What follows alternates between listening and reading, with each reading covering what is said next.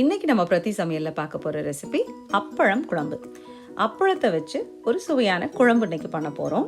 இது கேரளா கன்னியாகுமரி சைட்லலாம் இந்த குழம்பு ரொம்ப ஃபேமஸ். பப்படக்கறி அப்படிம்பாங்க. பப்படம்னா அப்பளம். ஸோ வாங்க நம்ம இனி இந்த சுவையான அப்பளக்கறி எப்படி பண்ணுறதுன்னு பார்க்கலாம். எப்பவும் ஒரே மாதிரி சாம்பார், பருப்பு, வத்த குழம்பு அப்படின்னு சாப்பிட்டுட்டு இருக்கிறதுக்கு ஒரு நாள் வித்தியாசமாக இந்த மாதிரி குழம்பு பண்ணி சாப்பிட்டு பாருங்கள். கண்டிப்பாக உங்களுக்கு பிடிக்கும்.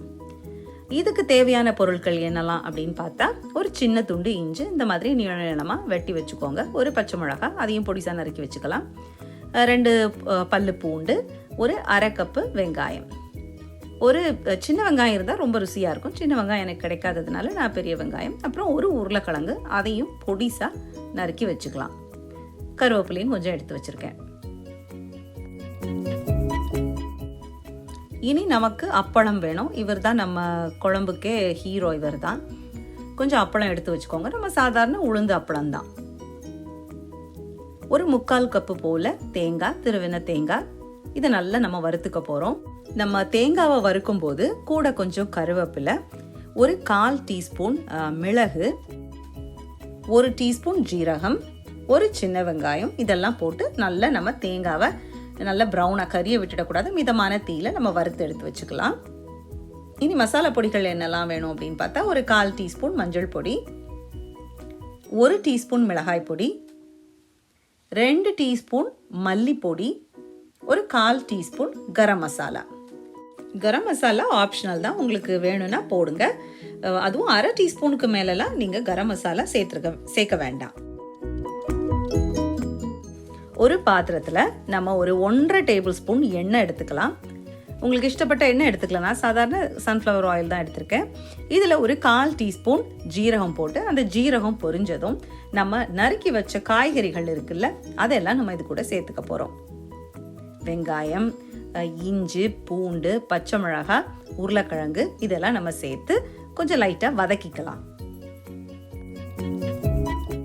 இது கூடவே இப்போ நம்ம 1 டீஸ்பூன் உப்பு சேர்த்துக்கலாம். கடைசியில் நம்ம உப்பு தேவைன்னா எக்ஸ்ட்ரா போட்டுக்கலாம். போட்டுட்டு இந்த காய் லைட்டாக வெந்ததும் இது கூட ஒரு அரை கப்பு தண்ணி ஊற்றி நம்ம மூடி போட்டு இதை வேக வைக்க போகிறோம். அந்த உருளைக்கிழங்கு நல்லா வேகணும். இது வேகிறதுக்குள்ள நம்ம எடுத்து வச்ச அந்த தேங்காவெல்லாம் வறுத்துக்கலாம். இப்போ நம்ம தேங்காய் வறுக்கிறதுக்கு ஒரு கடாயில் நம்ம எடுத்து வச்ச அந்த தேங்காய், ஜீரகம், மிளகு எல்லாம் எடுத்து வச்சிருந்தோம்ல, அதை நம்ம எண்ணெய் வேணால் 1 டீஸ்பூன் வேணால் எண்ணெய் விட்டுக்கோங்க. எண்ணெய் விட்டு வறுக்கலாம். எண்ணெய் இல்லாமல் சில தேங்காயில் நல்ல எண்ணெய் பதம் இருக்கும். அப்போ அப்படிப்பட்ட தேங்காய்களுக்கு எண்ணெய் தேவையில்லை. ஃப்ளேம் வந்து மீடியமுக்கும் ஹைக்கும் நடுவில் இருக்கட்டும். கரிஞ்சிடக்கூடாது. கவனமாக வறுத்து எடுக்கணும். கரிஞ்சிட்டாலும் டேஸ்ட்டு மாறிடும். இந்த மாதிரி நல்லா ப்ரௌனாக வறுத்து எடுங்க. இப்போ நம்ம வறுத்து வச்ச தேங்காய் கொஞ்சம் நல்லா ஆற விட்டுறணும். ஆற விட்டுட்டு அதை நம்ம மிக்ஸி ஜார்க்குள்ளே போட்டு நல்லா கொஞ்சம் தண்ணியும் சேர்த்துக்கோங்க. சேர்த்துட்டு நல்ல பேஸ்ட்டாக நம்ம அரைச்சி எடுத்து வச்சுக்க போகிறோம். ஸோ அப்போ தேங்காய் பேஸ்ட்டு ரெடி. வறுத்து அரைச்ச தேங்காய் நமக்கு இப்போது ரெடி. இனி என்ன பண்ண போகிறோன்னா, அப்பளத்தை பொரிச்சு எடுக்க போகிறோம். ஸோ இங்கே வாங்குகிற அப்பளம்லாம் புதுசாக இருக்காது. இந்த மாதிரி சுருட்டை வராது. நம்ம ஊர்களில் வாங்குறது புது அப்பளமாக இருக்கும். ஃப்ரெஷ்ஷாக போட்ட அப்பளமாக இருக்கும். அதனால சுருட்டுறதுக்கு இந்த மாதிரி சுருட்டின பிறகு சுருட்டிட்டு இதை நம்ம பாதியாக பிச்சு அப்படியே பொரிச்சு எடுப்போம். இப்போ எனக்கு சுருட்டை வராததுனால நான் இந்த மாதிரி சின்ன சின்ன துண்டுகளாகவே போட்டு பொரித்து தனியாக எடுத்து வச்சுக்க போகிறேன்.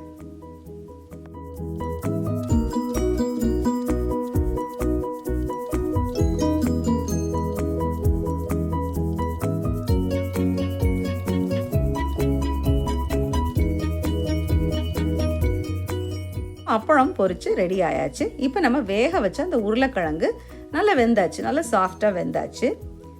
இனி என்ன பண்ண போகிறோன்னா, இது கூட நம்ம அரைச்சி வச்ச அந்த தேங்காய் பேஸ்ட்டை நம்ம சேர்த்துக்க போகிறோம். சேர்த்துட்டு அந்த மிக்ஸி ஜாரில் ஒட்டி இருக்கக்கூடிய மசாலாவுக்கு ஒரு அரை கப் தண்ணி விட்டு அந்த ஜாரை அலசி அந்த தண்ணியும் இது கூட நம்ம சேர்த்து ஒரு லைட்டாக மூடி போட்டு ஒரு கொதி வர்றதுக்கு விட போகிறோம். ரொம்ப குழம்பு இப்போ திக்காக இருக்க வேண்டாம். கொதிக்க விடுறதுக்கு முன்னால் ரொம்ப திக்காக இருந்துச்சுன்னா நம்ம அப்பளம் போடும்போது அந்த அப்பளம் அந்த தண்ணியெல்லாம் உறிஞ்சு ரொம்ப கட்டியாயிரும். அதனால் ரொம்ப தண்ணியாகவும் இருக்கக்கூடாது, ரொம்ப கட்டியாகவும் இருக்கக்கூடாது. பாருங்கள், இப்போ நம்ம குழம்பு நல்லா கொதிச்சு நல்லா வெந்தாச்சு. காயெல்லாம் வெந்து மசாலாலாம் நல்லா வெந்தாச்சு. இனி இது கூட நம்ம என்ன பண்ண போகிறோம், பொரிச்சு வச்ச பப்படத்தை போட போகிறோம். போட்டு நல்லா மிக்ஸ் பண்ணுங்கள். மிக்ஸ் பண்ணும்போது என்ன ஆகும்னா தண்ணி கொஞ்சம் வற்றும். நம்ம இருக்கிற தண்ணியை விட கொஞ்சம் கட்டியாகும். ஏன்னா இந்த பப்படம் அந்த தண்ணியெல்லாம் கொஞ்சம் உறிஞ்சிடும். இப்போ இந்த பப்படத்தை சேர்த்த பிறகு உப்பெல்லாம் சரியாக இருக்கான்னு செக் பண்ணிக்கோங்க. புளிப்பு வேணும் அப்படின்னு நீங்கள் நினச்சிங்கன்னா ஒரு 2-3 சொட்டு எலுமிச்சப்பழச்சாறு அது மட்டும் நீங்கள் சேர்த்துக்கோங்க. நான் இன்னைக்கு சேர்த்துக்கல, எனக்கு உப்பு கொஞ்சம் தேவைப்பட்டுச்சு, அதனால உப்பு கொஞ்சம் போட்டுக்கிறேன். போட்டுட்டு இனி இந்த அப்பளத்தில் இந்த மசாலா கறி எல்லாம் நல்லா பிடிக்கிறதுக்காக இதையும் மூடி போட்டு ஒரு 5 நிமிஷம் வச்சிங்கன்னா போதும். கருவேப்பிலையும் போட்டுக்கோங்க, நல்லா மணமாக இருக்கும். காரம் வேணும்னாலும் அதுக்கேற்ற மாதிரியாக தான் நீங்கள் இந்த ஸ்டேஜில் நீங்கள் உப்பு, புளிப்பு, உரைப்பு இது 3ஐயும் செக் பண்ணிக்கோங்க. கருவேப்பிலை போட்டு ஒரு 5 நிமிஷம் மூடி வைங்க. வச்சதும் குழம்பு ரெடி ஆயிரும். இப்போ பாருங்கள், 5 நிமிஷம் கழித்து நம்ம பப்படக்கறி நல்ல சூப்பராக வந்திருக்கு, நல்ல திக்காக. உங்களுக்கு இதை விட கொஞ்சம் தண்ணியாக வேணும் அப்படின்னு நினச்சிங்கன்னா நீங்கள் பப்படம் போடுறதுக்கு முன்னால் அந்த குழம்பு கூட கொஞ்சம் தண்ணி எக்ஸ்ட்ரா ஆட் பண்ணிக்கோங்க. பப்படம் போட்ட பிறகு நீங்கள் தண்ணி ஆட் பண்ண வேண்டாம். ஸோ அப்பளத்தை பொரித்து உள்ளே போடுறதுக்கு முன்னால் கொஞ்சம் தண்ணியை நீங்கள் எவ்வளோ திக்காக வேணுமா தின்னா வேணுமா குழம்பு அப்படின்றத அனுசரித்து தண்ணி ஊற்றிக்கோங்க. பார்த்தீங்களா, சுட சுட நம்ம அப்பள குழம்பு இப்போ ரெடி.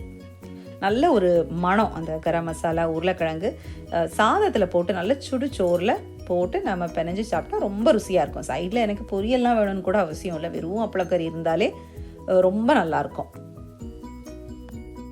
வீடுங்களில் எப்போவுமே ஒரே சாம்பார், பருப்பு, ரசம் இதே மாதிரி குழம்புகளை செஞ்சுக்கிட்டே இருக்கிறதுக்கு ஒரு நாள் வித்தியாசமாக இந்த மாதிரி பப்பட குழம்பு, அப்பள குழம்பு செஞ்சு பாருங்கள். செஞ்சு பார்த்துட்டு எப்படி வந்ததுன்னு கீழே சொல்லுங்கள்.